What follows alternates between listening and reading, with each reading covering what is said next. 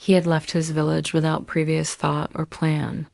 If he had continued there, he would have carried on the work of his forefathers, namely tilling the land, living, marrying, and ripening in his cornfield and ancestral home. Within 5 minutes, he understood what was wrong. He charged 3 pice per question, never opened his mouth till the other had spoken for at least 10 minutes, which provided him enough stuff for a dozen answers and advices.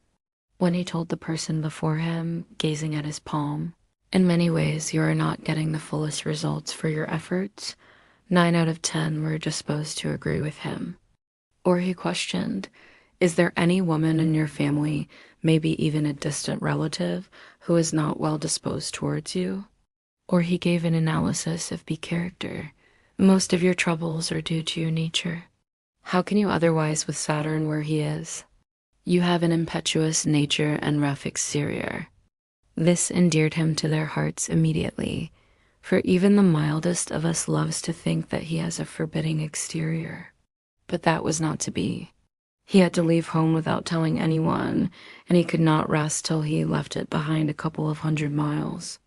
This was a signal for the astrologer to bundle up too, since it left him in darkness except for a little shaft of green light which strayed in from somewhere and touched the ground before him.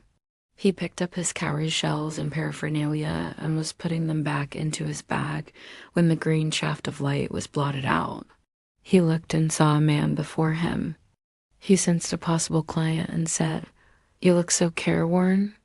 It will do you good to sit down for a while and chat with me." The other grumbled some reply vaguely. The astrologer pressed his invitation, whereupon the other thrust his palm under his nose, saying, "You call yourself an astrologer?"